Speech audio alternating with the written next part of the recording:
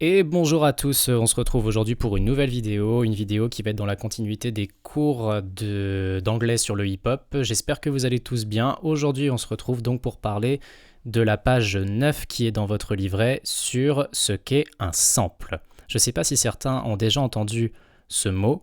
Un sample, qu'est-ce que c'est? On va le voir ensemble. So, just to explain you, this video will be in French and in English. So do not forget that you can stop the video if everything goes too fast.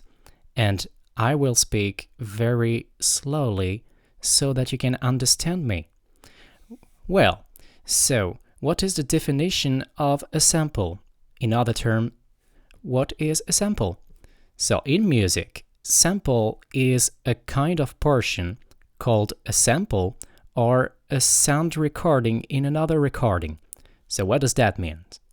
In other terms, a sample comes from a music called the original one in order to create another music.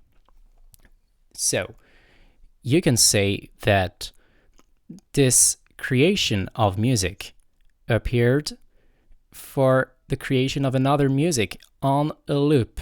Alors, je fais un petit point en français pour vous expliquer qu'une loupe, ce n'est pas une loupe pour observer. C'est pas la même chose qu'en français. Une loupe, c'est une boucle.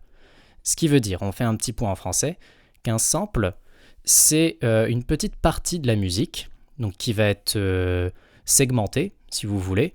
On va la mettre entre crochets, on va la séparer du reste, et pour créer la deuxième musique, cette partie-là, on va la jouer en boucle.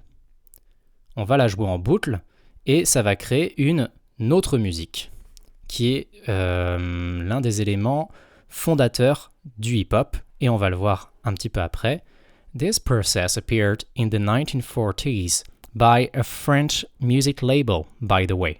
La première fois qu'on a entendu l'apparition d'un sample, donc prendre une petite partie d'une musique qui existait déjà pour en faire une nouvelle, c'était une maison de disques française, d'ailleurs, qui a fait ça. But became popular in the late 1970s or beginning of the 80s with the emergence of hip-hop movement. Et maintenant, je suis sûr que vous connaissez ça par cœur. Donc, je ne sais pas si vous vous rappelez, mais on avait vu à la fin d'un cours l'influence de Charles Aznavour sur le mouvement hip-hop, justement, que ce soit aux États-Unis ou en France. Vous avez ici Mr. Dr. Dre, Dr. Dre, en français, qui justement a été, au-delà du fait que ça a été, vous l'avez vu dans le DM, un grand producteur et un grand rappeur. Il a notamment à son actif 50 Cent, Eminem et Snoop Dogg. Rien que ça. Et encore, il y en a d'autres. Et il a utilisé, comme beaucoup, des samples d'un petit peu partout.